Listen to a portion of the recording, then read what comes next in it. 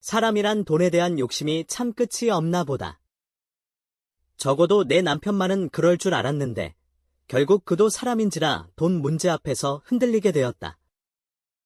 나는 남편과 6년 전에 결혼했다. 결혼 후 나는 전업주부로 지내면서 가정을 돌보고 딸, 수정이를 키웠다. 남편은 직장에 다니며 열심히 일했고 우리는 안정적인 가정을 꾸려나갔다. 그러던 어느 날 남편이 동네에 작은 초밥집을 하나 열어보자는 제안을 했다. 그는 추가 수입을 올리기 위해 부업을 하고 싶어 했고 나 역시 그 아이디어에 동의했다. 그렇게 우리는 모든 돈을 모아 작은 가게를 시작했다. 심지어는 친정에까지 손을 벌려가며 돈을 마련했고 가게를 여는데 필요한 자금을 확보했다. 초밥집을 차린 첫날은 설렜다.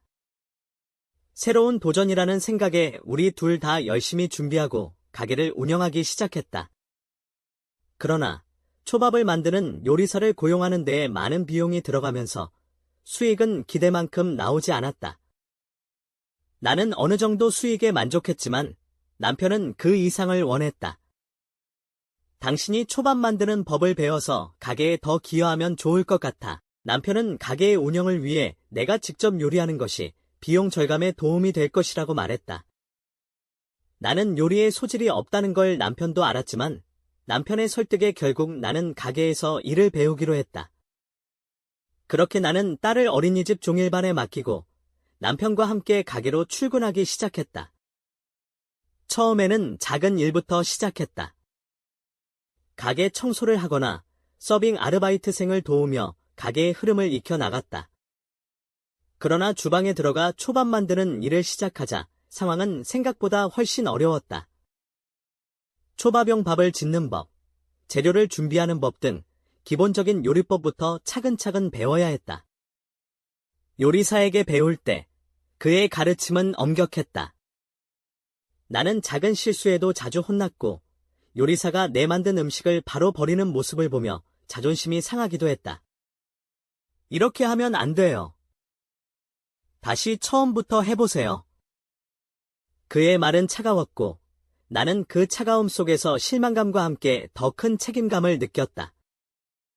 그러나 나는 포기하지 않기로 결심했다. 이왕 시작한 일인 만큼 제대로 배워서 남편에게도 나 자신에게도 자랑스러운 모습을 보여주고 싶었다. 시간이 지나면서 나는 요리사의 엄격한 가르침에도 조금씩 적응해 나갔다. 그는 나를 차근차근 가르쳐 주었고 때로는 격려도 해주었다. 그의 가르침 덕분에 나는 초밥을 쥐는 법을 비롯해 여러 기술을 익히게 되었다.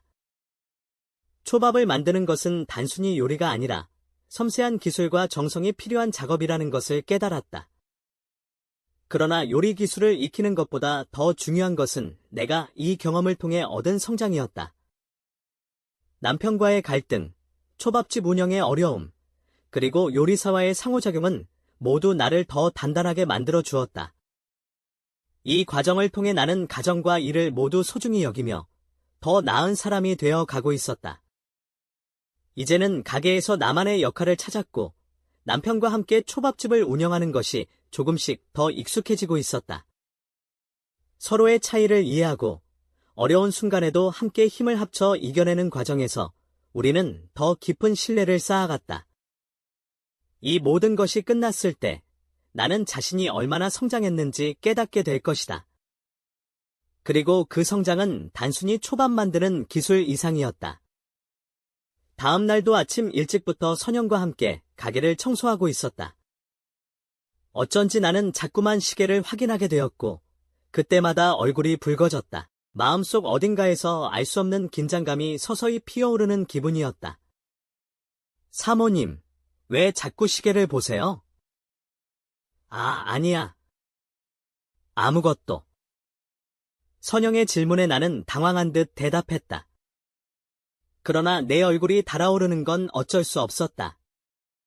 그 순간 낮고 차분한 목소리가 들렸다. 좋은 아침. 문이 열리면서 그가 들어왔다. 나는 어제처럼 그를 향해 가볍게 고개를 숙였고 그는 웃으며 손을 흔들었다.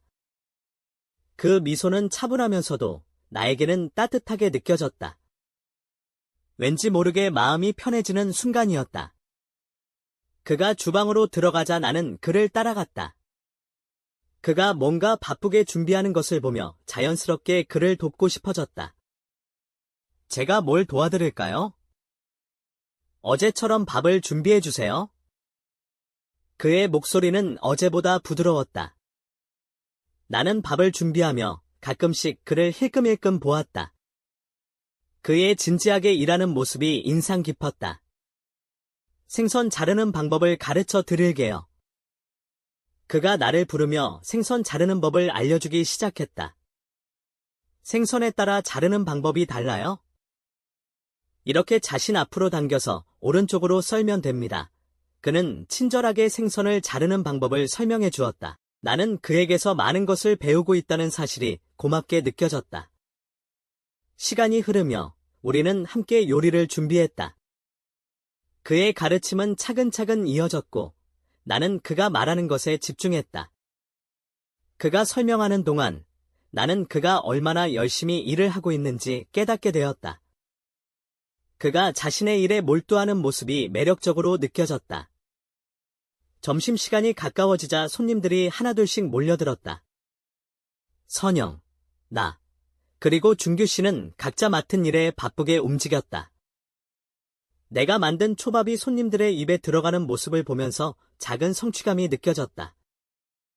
아직 초보이지만 내가 한 일이 사람들에게 기쁨을 줄 수 있다는 것이 뿌듯했다. 서너 시간이 정신없이 흘러갔다. 요리사 오빠, 사모님, 저 다녀올게요. 점심 손님들이 모두 나간 후 선영은 어제처럼 외출을 하려 했다. 그녀의 말에 나는 갑자기 어제 일이 떠올랐다. 순간 가슴이 두근거리며 묘한 느낌이 스쳤다. 선영아, 저녁 전까지는 바쁘지 않으니까 천천히 와.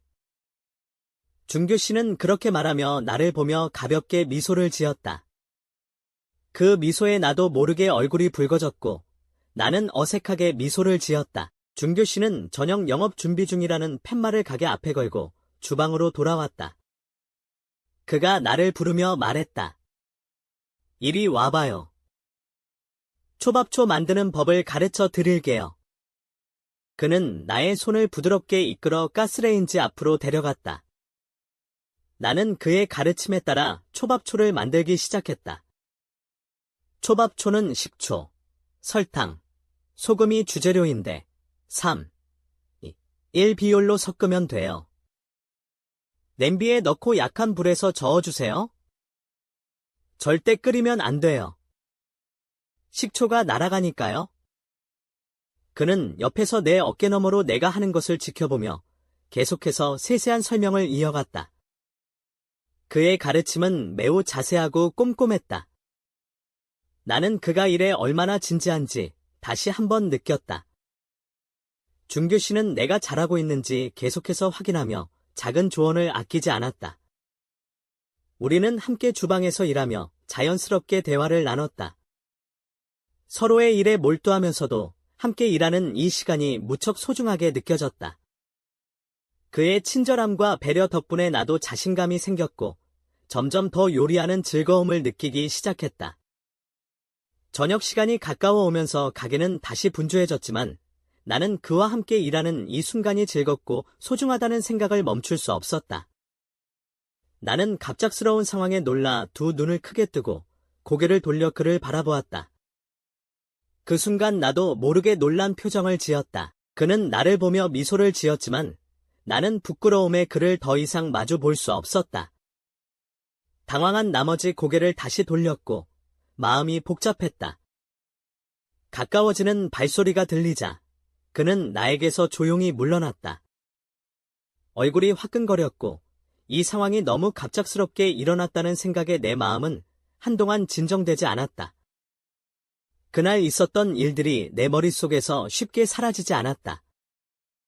다시 혼자 남겨졌을 때 나는 그날의 일이 꿈처럼 느껴졌고 내일부터 어떻게 다시 준규 씨를 대해야 할지 걱정이 되기 시작했다.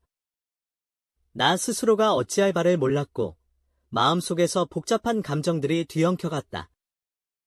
그와의 짧은 순간이지만 나는 그 후로 계속 그 상황을 되새기며 많은 생각에 잠겼다. 이 일이 내게 준 충격은 작지 않았다. 저녁에 남편과 마주할 때는 더욱 불편했다. 남편에게는 몸살이 난 것처럼 핑계를 대고 초저녁부터 침실로 들어가 이불을 덮고 누웠다. 머릿속에서 그날의 장면들이 자꾸 떠오르고 가슴이 뛰기 시작했다. 나는 스스로에게 계속해서 이 상황을 이해하려고 했지만 마음속에서 갈등이 생겼다. 죄책감과 당황스러움이 교차하며 나를 혼란스럽게 만들었다. 그날 밤, 나는 한참 동안 잠들지 못하고 이불 속에서 몸을 웅크렸다. 다음 날이 되어도 나는 여전히 어제의 일을 마음속에 담고 있었다. 하지만 준규 씨는 그 어떤 일도 없었던 것처럼 나를 대했다. 그의 태도가 너무 자연스러워서 오히려 나만 복잡한 마음을 가지고 있는 것 같았다. 나는 그의 눈치를 보면서도 아무렇지 않은 척하려고 했었다. 아침 시간이 지나고 점심 식사 손님들이 떠나갈 즈음 나는 홀을 선영이에게 맡기고 주방으로 들어갔다. 설거지를 하며 하루 일과를 정리하려 했지만 머릿속은 여전히 복잡했다. 그는 한동안 나와의 대화나 접촉을 피하며 내게 더 이상 어떤 행동도 취하지 않았다. 나도 그와 거리를 두려고 했지만 마음 한편에서는 그에 대한 생각이 끊임없이 떠올랐다. 주방에서 혼자 설거지를 하다 보면 자꾸만 그날의 일이 떠올라 내 가슴이 두근거렸다. 그와 같은 공간에 있는 것만으로도 나는 긴장할 수밖에 없었다. 아침에 치마를 입고 나온 것도 그를 다시 마주할 때 명확하게 거절할 결심을 다지기 위한 것이었다. 하지만 정작 그와 마주한 순간 마음처럼 쉽게 말을 꺼내지 못했고 왜 내가 이렇게 주저하는지 스스로도 이해할 수 없었다.